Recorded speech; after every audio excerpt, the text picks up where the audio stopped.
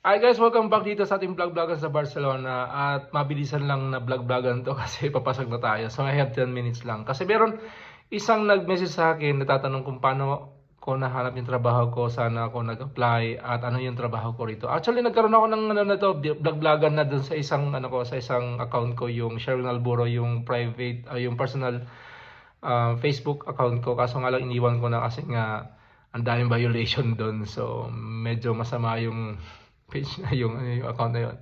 So yun, nandito tayo sa Sherwin and Banner. So kung nanonood kayo ngayon, hindi pa kayo naka-follow, please follow. Okay, dito sa account ko to. So tanong natin, so saan ako nag-apply? Dito sa mga job sites na to. Ayan, Indeed, Hostco, at saka yung Turi job.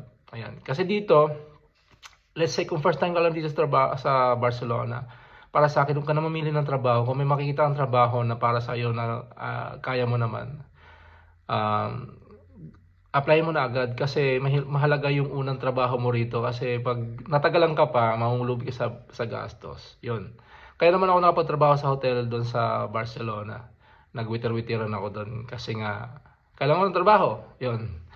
Saka naman ako, saka ka na lang saka katulad ko, naghanap ako ng mas malapit, mas okay yung bayad, mas okay yung sweldo. So yun.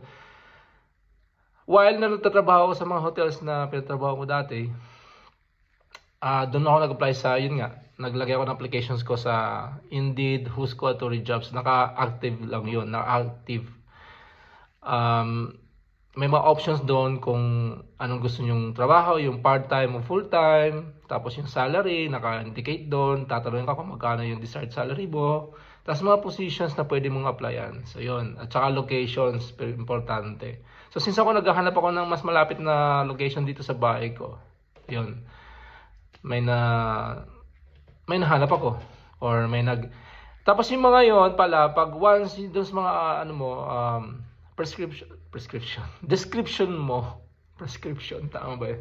So mga descriptions mo doon sa trabaho na hinahanap mo, once na may may nag-match doon sa trabaho, sa job offers, so automatic nagme-mail sila sa'yo.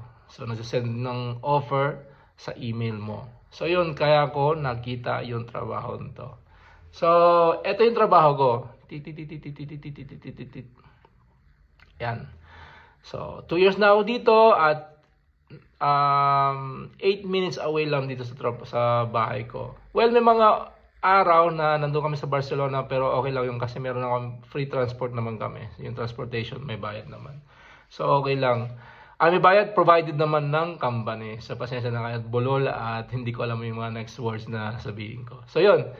Sa mga hindi pa naka-follow sa akin, follow for more of my videos here. At kung may mga katanungan kayo about Barcelona, about kung ano mga inquire nyo, message nyo lang ako or lang kayo dito sa video to. Let's see kung pwede kong sagutin or kung pwede kayo matulungan.